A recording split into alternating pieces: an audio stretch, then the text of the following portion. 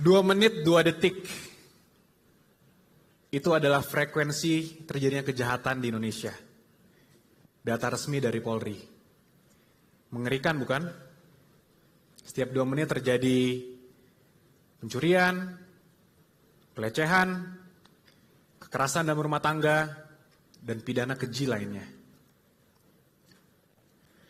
Mengerikan namun realita. Assalamualaikum warahmatullahi wabarakatuh.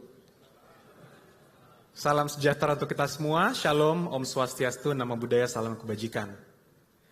Yang terhormat Menteri Pemuda dan Olahraga RI, Bapak Aryo Bimo Nandito Aryo Tejo SH.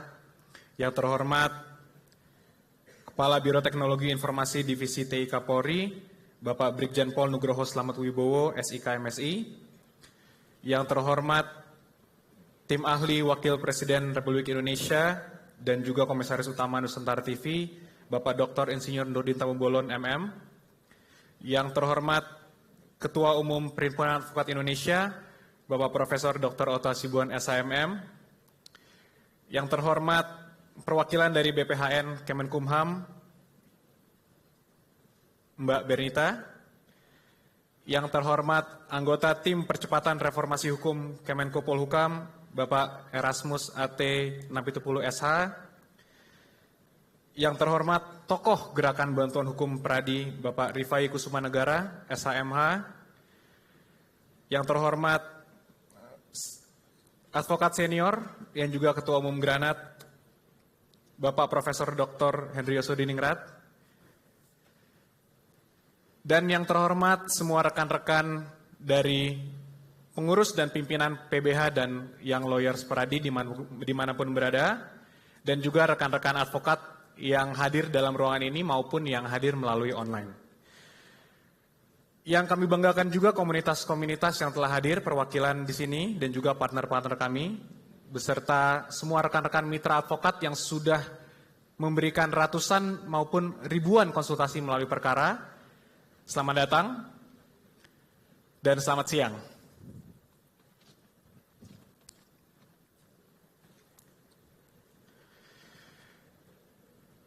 Perkara didirikan berdasarkan suatu inisiatif dan kegerahan saya sebagai advokat muda, sebagai anak bangsa yang melihat mirisnya dan sedihnya kondisi keadilan di Indonesia. Inisiatif ini dimulai pada tahun 2020 ketika saya sedang menjalani master saya di New York, kemudian pandemi COVID-19 menghantam kita semua. Dari sisi advokat kita terhantam, dari sisi bisnis kita kehantam, semuanya terhantam. Banyak sekali teman-teman yang menghubungi saya secara online meminta bantuan hukum. Selamat datang kami ucapkan kepada Bapak Menteri Pemuda dan Olahraga. Selamat datang Pak. Terima kasih atas waktunya. Di tahun 2020 itu kemudian banyak sekali rakyat Indonesia juga yang membutuhkan bantuan hukum. Mereka menanyakan melalui Instagram, gue bingung nih di PHK, ada yang tahu nggak, ada yang ngerti nggak caranya gimana? Gue bingung nih kontrak gue ada yang nggak bayar, bingung gimana ya caranya? Gue ditabrak mobil, ini aja gue bingung, nanya ke siapa? Dari keresahan-keresahan inilah kemudian kami pulang ke Jakarta, kami kumpulkan muda-mudi advokat Indonesia yang merupakan anak bangsa untuk mendirikan suatu platform. Suatu platform yang dapat menghubungkan pencari keadilan dengan orang-orang yang rela memberikan bantuan hukum, yaitu kita, advokat. Kemudian pas pulang kami melakukan riset, karena layaknya sebuah startup, semua harus dimulai dengan riset. Kami melakukan riset, berapa sih rata-rata biaya hukum di Indonesia? Tidak ada datanya. Berapa sih rata-rata biaya yang orang keluarkan untuk bantuan hukum? Tidak ada juga datanya. Berapa sih persebaran kasus-kasus yang ada di Indonesia? Di mana kasus penipuan tertinggi di Indonesia? Juga tidak lengkap datanya. Mungkin yang memiliki data hanya Polri dan itu pun hanya kasus yang di-LP-kan. Bagaimana kasus yang tidak di-LP-kan? Karena mayoritas kasus berakhir perdamaian.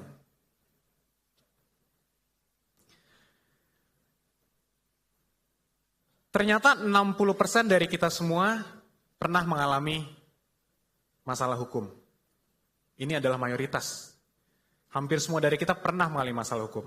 Apakah ditipu, apakah pesan online shop mungkin dari komunitas, kemudian barang yang sampai tidak sesuai, apakah kita menikah, perceraian, apapun itu semua adalah tindakan hukum. Pertanyaannya adalah siapa yang Anda hubungi? Mungkin ada yang bisa menjawab di sini dari komunitas atau dari pribadi yang bukan lawyer, siapa yang Anda hubungi jika ada permasalahan hukum? Untungnya ada perkara sekarang. Siapa yang biasanya Anda hubungi? Kerabat mungkin? Keluarga? Teman? Teman lawyer? Pak RT? Tokoh masyarakat? Betul? Itu masuk dalam riset kita sebenarnya. Masuk dalam riset kita. Berdasarkan riset kita ada 3. Yaitu keluarga, kerabat, dan pasangan. Ini yang biasanya mereka tanya ketika ada permasalahan hukum. Dan belum tentu dari ketiga ini adalah praktisi hukum. Justru, rata-rata dari mereka masih menganggap, ini adalah fakta yang sangat menarik. 51% menganggap bahwa ketika mereka terkena masalah hukum, itu adalah nasib. Luar biasa bukan?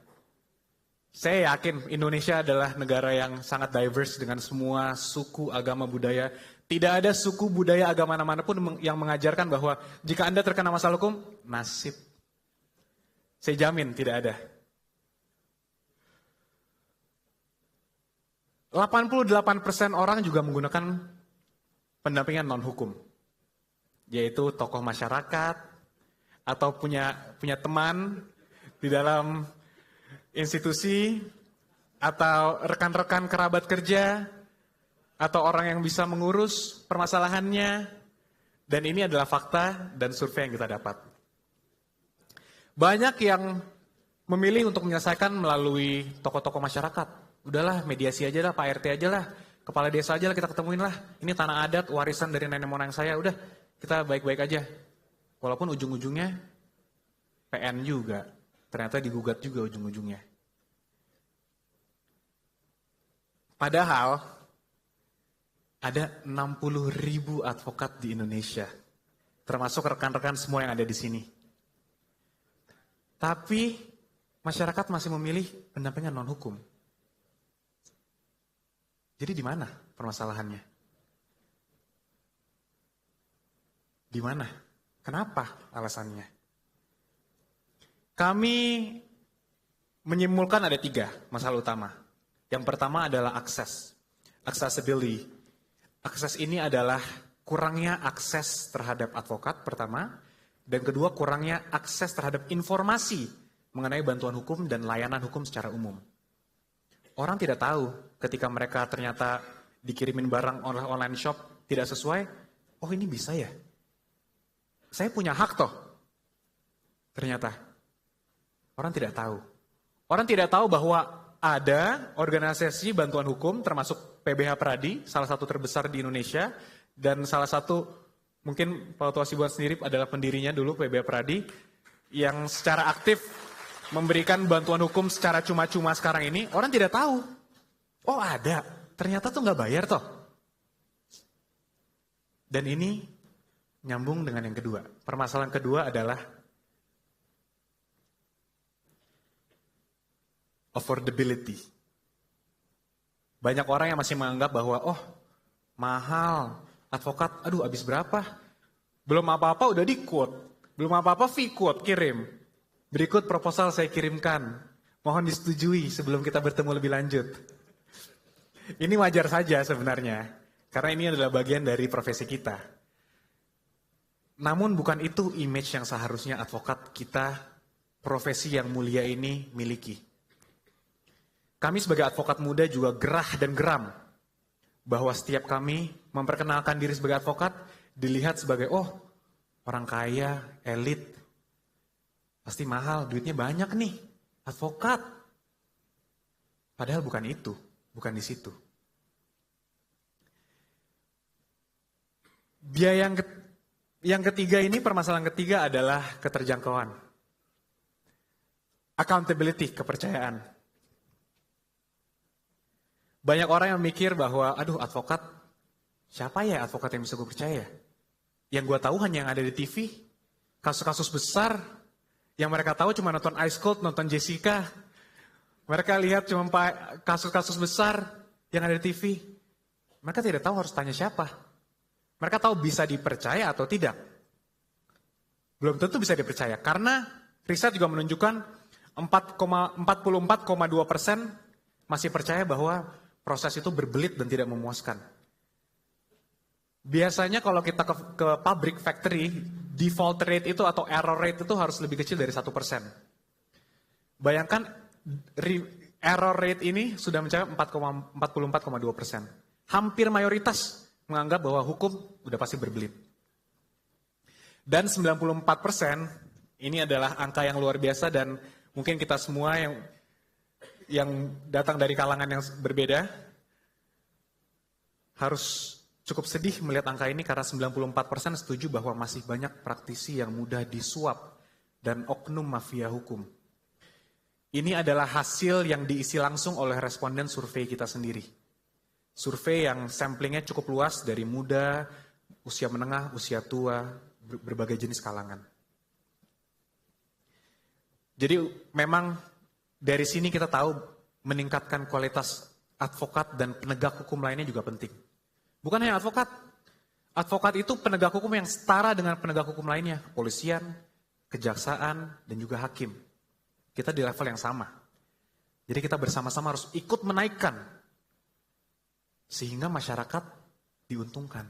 Karena jika kita menjadi baik, kualitas kita semakin meningkat. Siapa yang diuntungkan? Pencari keadilan. Jadi apa solusinya dari 3 permasalahan itu? Accessibility, affordability, accountability. Apa solusinya? Untungnya belum masuk ke perkara. Tapi terima kasih jika berpikir perkara adalah solusinya, terima kasih. Perkembangan internet di Indonesia cukup luar biasa. Kita harus mengapresiasi negara juga secara umum sudah menyiapkan infrastruktur yang luar biasa. Diperkirakan pada tahun 2024, 90% di Indonesia sudah terjangkau internet. Pemakaian smartphone juga di 2022 tahun lalu sudah mencapai 67%. Lebih dari 2/3 orang di Indonesia dari Sabang sampai Merauke sudah memiliki smartphone. Di mana akses informasi dan produk-produk semua sudah dapat disalurkan melalui internet dan melalui smartphone itu.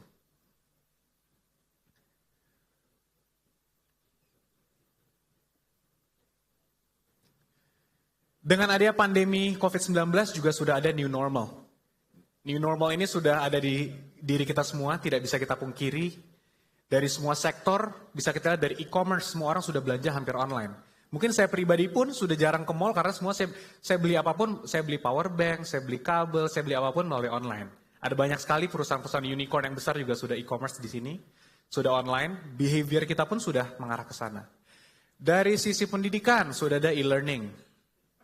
Dari sekolah, universitas maupun lembaga lainnya. Dari sisi kesehatan sudah ada health tech, telemedicine. Hampir semua orang sekarang kalau sakit, udah deh. Minta obat aja secara online. Lebih murah, lebih cepat. Nggak perlu ngantri, di rumah sakit ngantri. Dari sisi keuangan, semua bank sudah digital. Kita semua pasti, saya yakin, 99% di sini memiliki m-banking. Apalagi yang muda-mudi. Namun pertanyaannya, bagaimana dengan digitalisasi di dunia hukum? Sudah sampai mana gaungan digitalisasi di dunia hukum?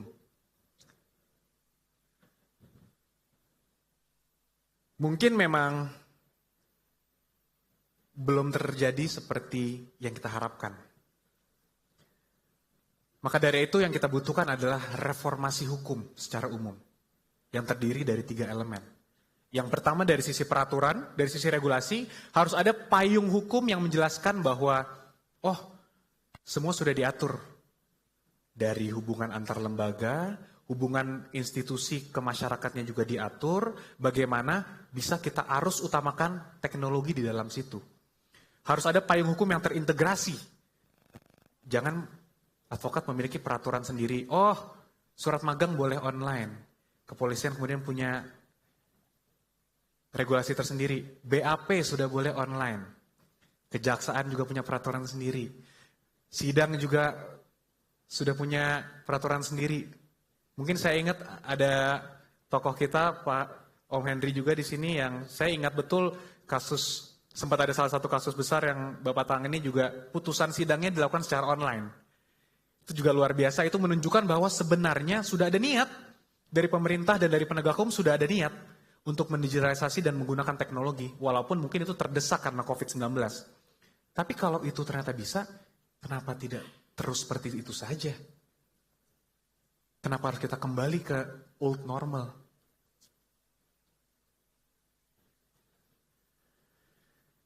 Sehingga hadirlah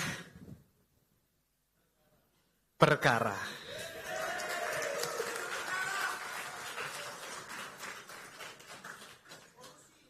Perkara merupakan aplikasi yang produk awalnya ini adalah konsultasi hukum. Kenapa kita mulai dengan konsultasi hukum?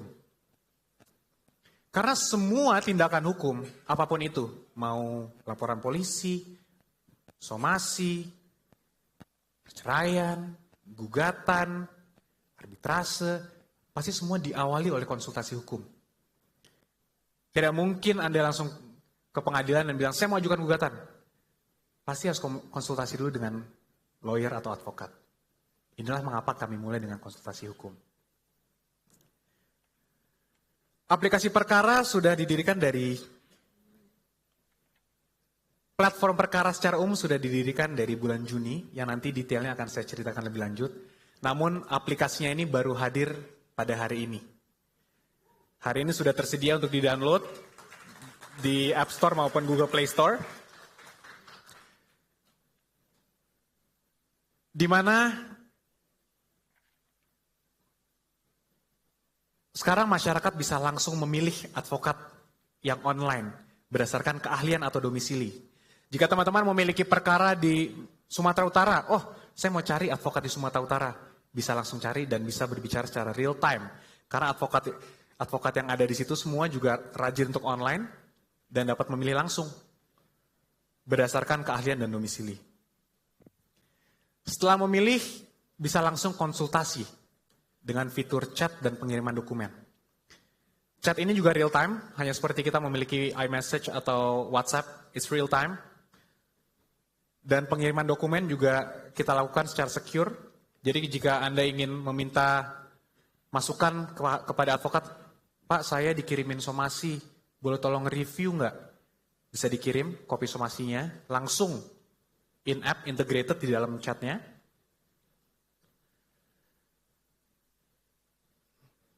Dan juga dapat melakukan konsultasi dengan voice call atau video call. Ini juga langsung di dalamnya. Jadi tidak harus tukeran nomor, harus bingung atur waktu. Di situ jika advokat memang menerima konsultasi tersebut, siapapun bisa langsung mengklik fitur voice call atau video call dan langsung teleponan dengan lawyernya atau video call. Pak, saya minta bantuan. Pak, saya dipukul oleh suami saya. Ini merah. Saya perlu visum atau tidak? Itu bisa dilakukan secara real time, langsung.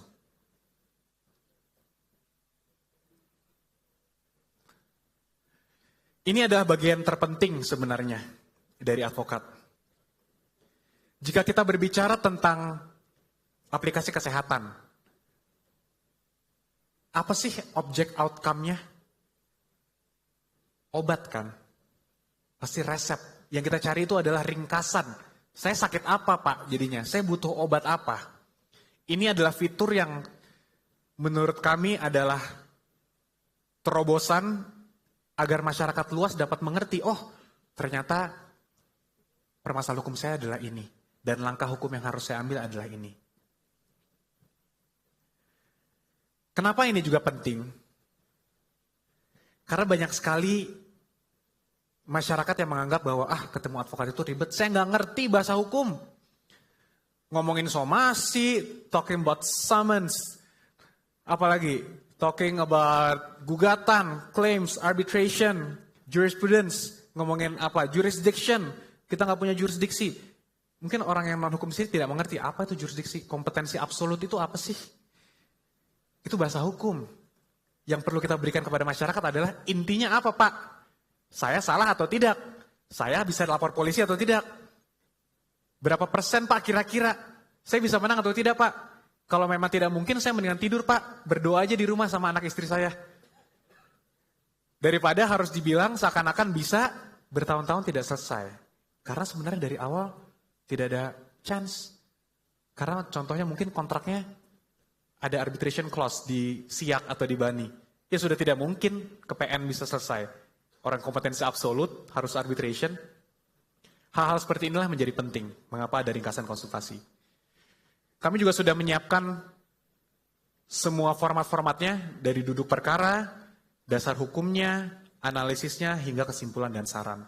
Ini advokat tinggal mengirimkan nanti, tinggal menuliskan hasil konsultasinya apa, dan kemudian dapat langsung dilihat oleh masyarakat yang pengguna. Berikutnya juga ada hasil ulasan yang transparan. Ini juga cukup menarik, karena yang ingin kita berikan itu adalah transparansi. Apa tujuannya dari ini? Tujuan dari transparansi adalah kita ingin meningkatkan kualitas advokat secara umum. Karena dengan adanya review yang transparan, tidak mungkin ada advokat yang berani untuk main-main. Tidak mungkin ada advokat yang berani untuk melakukan pelecehan. Tidak mungkin ada yang berani untuk memberikan konsultasi yang tidak benar. Namun ada yang bertanya kepada saya, ada yang lucu, mungkin teman ada di sini juga yang bertanya kepada saya, Bang Yakub, kalau ternyata yang konsultasi mantan pacar saya terus dikasih rating 1 gimana? Karena baper aja atau ingin mengerusak saya. Dan itu pertanyaan yang make sense dan reasonable. Maka dari itu kita juga memiliki fitur bahwa semua review yang masuk akan kita verifikasi terlebih dahulu, memastikan bahwa semua review-review yang masuk memang datang dari hasil konsultasi yang benar. Jangan sampai konsultasinya hanya 30 detik berdasarkan data kita di back end, tapi dia bisa bilang bahwa jelek banget konsultasinya, saya tidak ngerti apa, uang cuma 30 detik. Dan ini adalah keuntungan digitalisasi. Karena kita melakukan semua secara online, karena kita menggunakan teknologi, we can gather all the data, all the relevant data, and come up with a conclusion. Bisa ada kesimpulan.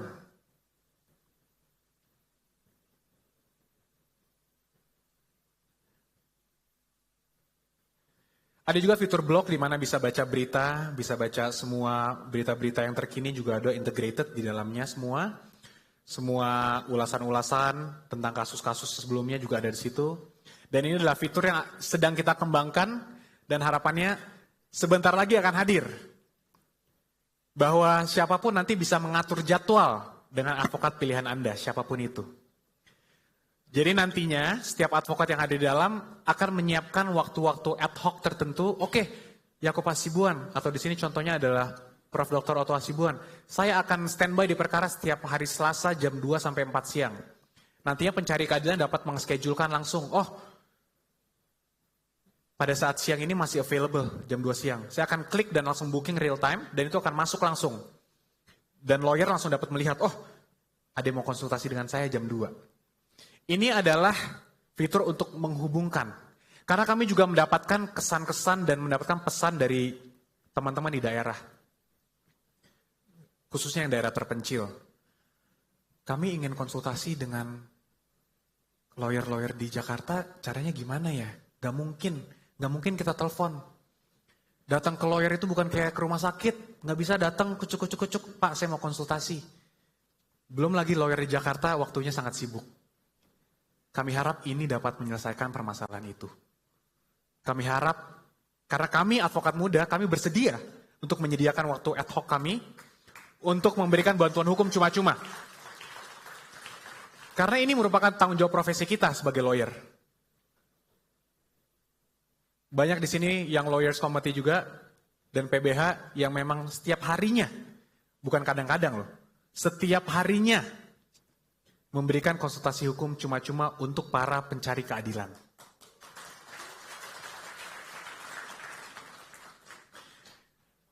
Yang berikut juga adalah fitur yang menurut kami sangat penting untuk kita para advokat. Jika tadi itu adalah fitur yang client facing, yang berguna, yang ada utility-nya untuk customer, sekarang adalah fitur yang utility-nya untuk advokat. Bakal ada forum diskusi antar advokat.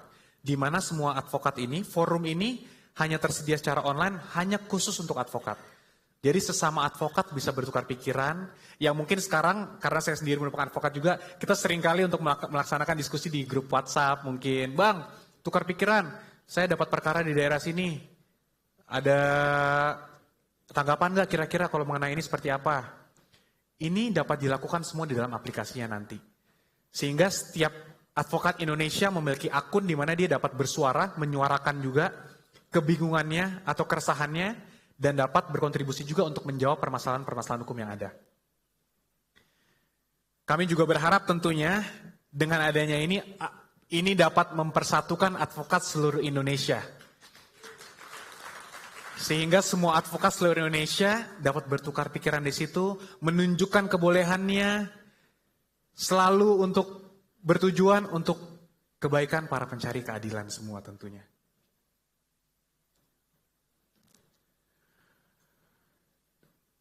Dengan bangga kami juga mempersembahkan dan memberitahukan bahwa dari bulan Juni sampai November ini, konsultasi yang masuk melalui website perkara, bukan aplikasi, sudah mencapai 5.301 konsultasi hukum.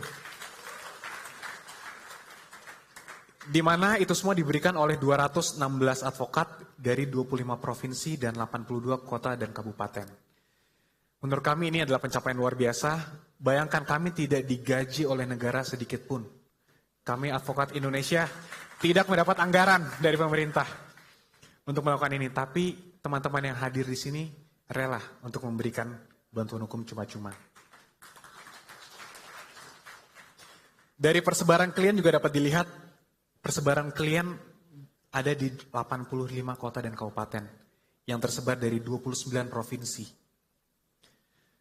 Jadi yang tadinya kami berpikir juga, paling yang menggunakan mobile app ini hanya dari Pulau Jawa, khususnya mungkin DKI Jakarta dan sekitarnya. Ternyata saya salah. Hipotesa kita salah. Itulah pentingnya kita go to market secepat mungkin untuk mendapatkan feedback yang real. Feedbacknya, ternyata 85 kabupaten kota tersebar klien-kliennya.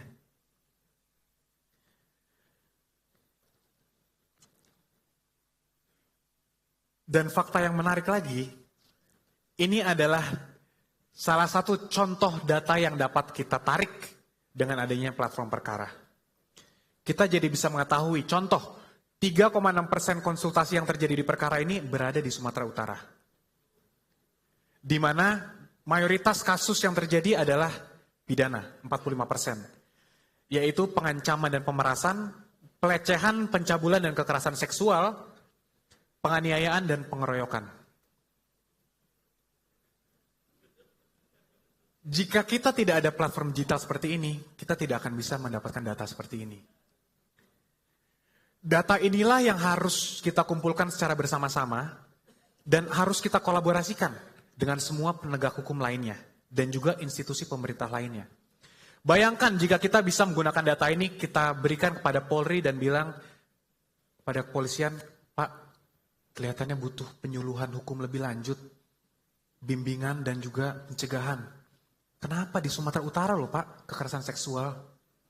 Bayangkan jika kita bisa mendatangi sekolah-sekolah perguruan tinggi. Pak, 45% pelecehan. Apa mungkin di SMA-nya mengenai etika rada kurang ya pendidikannya? Sehingga itu bisa dimasukkan juga ke dalam program persekolahannya. Jadi data-data ini sebenarnya bukan hanya berguna untuk bisnis, bukan hanya berguna untuk statistik, bukan hanya berguna untuk kita paparkan setiap tahunnya, bukan. Justru data ini harus kita kolaborasikan bersama, kita teruskan dengan penegak hukum lainnya, dengan tokoh agama di sekitarnya. Mungkin di Sumatera Utara ini mungkin kenapa ditanya ke daerah situ, dari data terlihat semua mengerucut nih, mayoritas tindak pidana ada di satu kabupaten kota misalnya. Mungkin daerah situ butuh penyuluhan yang lebih lanjut. Mungkin gerakan muda-mudinya perlu pembinaan, terlalu banyak premanisme mungkin. Data ini yang harus kita kolaborasikan bersama. Dan dengan menggunakan teknologi digital, kita bisa mewujudkan ini semua. Jika kita masih melakukan semuanya secara analog, itu tidak akan bisa. Perlu ada perubahan mindset, cara pikir kita. Jangan lagi kita berpikir bahwa, oh belum sah rasanya kalau belum, contoh, belum sah rasanya kalau bukan hard copy nih suratnya. Soft copy, belum resmi. Belum sah rasanya kalau belum dapat tanda terima secara tertulis. Di mana kita tidak bisa menyalahkan, karena memang payung peraturannya, kerangka hukumnya memang belum ada untuk kita melegitimasi dan mensupport bahwa, oh soft copy itu cukup. Ternyata gugatan itu tidak perlu disubmit paper setebal ini. Nggak perlu pledoi kita setebal ini. Bisa kok satu klik nyampe, bisa dibaca juga. Hakim juga sekarang rata-rata sudah menggunakan iPad. Kejaksaan pun sama. Polisi pun BAP, laptopnya juga selalu on. Udah tidak ada lagi secara tertulis. Namun kenapa belum ada ya? Kenapa belum ada? Inisiatif inilah yang ingin kita bangun. Jadi harapan saya dan harapan kami semua di sini, muda-mudi Indonesia, sebagai anak muda Indonesia dan advokat muda Indonesia khususnya, kami berharap ke depannya dapat terjadi transformasi hukum secara masif, secara holistik, secara keseluruhan. Bukan hanya setiap organisasi bekerja sendiri, tapi perlu ada dari pemerintah, perlu ada kerangka hukum yang jelas, menyiapkan dari sisi regulasi, dari sisi masing-masing instansi juga perlu ada pergerakan yang luar biasa. Oke, kita lakukan transformasi digital full. Pendaftaran tidak ada lagi paperless. Apalagi sekarang pemerintah juga sudah mendukung. Perlu kami apresiasi juga bahwa di bidang hukum juga sudah sangat luar biasa beberapa platform yang ada. Dari perizinan mungkin OSS, mungkin teman-teman corporate lawyer di sini OSS sudah mulai lebih gampang. Perizinan sudah online semua. BKPM juga sudah online. Kemenkumham juga sama, sudah memiliki Legal Smart Channel dan Sitbankum. Sudah bisa online. Sidang pun juga sama, Mahkamah Agung sudah ada e-court, e-filing, sudah mulai ada inisiatif ini. Dan kami bangga. Kami sebagai advokat muda Indonesia, bukan hanya ingin berpartisipasi, mengikuti, we don't want to follow the wave, but we want to drive the change. Kita mau ikut menggerakkan, mendorong, yuk. Jumlah kita besar, mayoritas di Indonesia sekarang adalah milenial dan anak muda. Harus kita yang menggerakkan ini.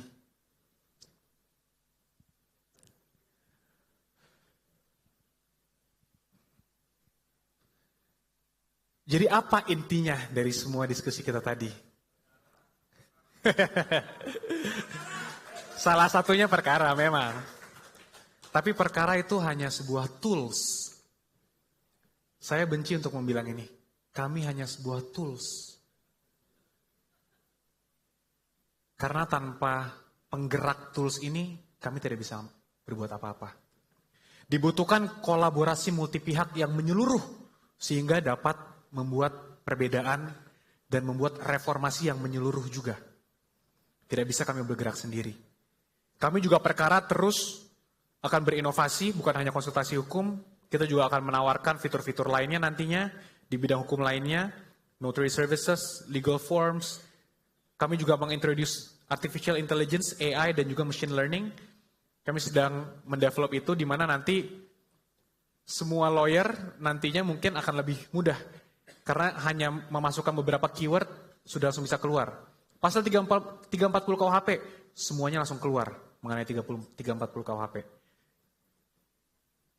Tapi yang namanya AI dan machine learning dibutuhkan dataset yang cukup juga. Kami tidak bisa juga. Secanggih apapun teknologinya, kalau datasetnya belum siap dari negara, belum ada infrastrukturnya yang menyeluruh, kami juga tidak bisa berbuat apa-apa. Inilah makanya kami sangat membutuhkan kolaborasi multi pihak dari semua institusi hukum yang ada. Dari kepolisian, kejaksaan, kementerian lainnya, dari kehakiman, pengadilan juga. Sangat dibutuhkan. Kami juga ingin mengapresiasi pada kesempatan ini untuk semua teman-teman advokat-advokat yang sudah memberikan bantuan hukum cuma-cuma. Sudah 5.000 konsultasi yang masuk hanya 5 bulan dengan belum ada aplikasi, dengan website yang apa adanya yang kami buat. Semua kami memiliki tim-tim, software engineer, anak bangsa semua yang memiliki visi yang sama, yaitu mewujudkan keadilan yang merata bagi rakyat Indonesia. Dari mimpi inilah ternyata mimpi pelan-pelan bisa jadi kenyataan loh. Ternyata sebesar apapun mimpi, jika ada komitmen kolaborasi bersama, bisa ternyata. Dan hari ini adalah buktinya. Hari ini adalah bukti bahwa jika kita melakukan ini secara bersama-sama, dapat terwujud.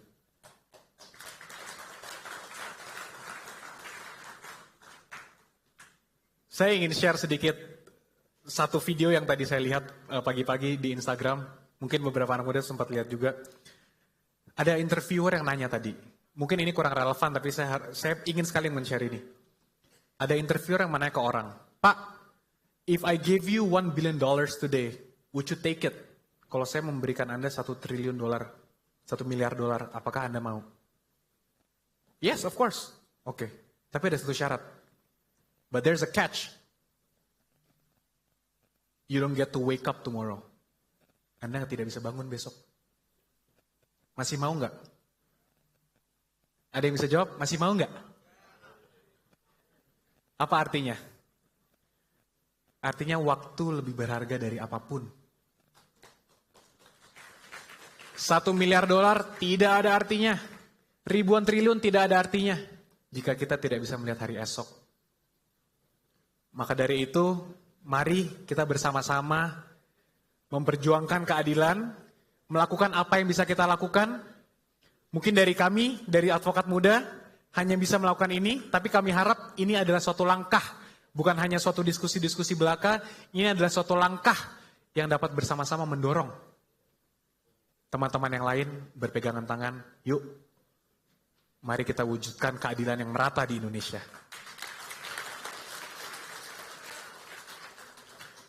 Jadi kawan-kawan, jangan khawatir, kawan-kawan komunitas, kawan-kawan yang non-lawyer khususnya, jangan khawatir jika ada permasalahan hukum, tidak perlu lagi khawatir. Jika mau review kontrak kerja, jika Anda di PHK, jika hutang Anda tidak dibayar, jangan khawatir. Karena ada perkara. Selamat siang dan terima kasih.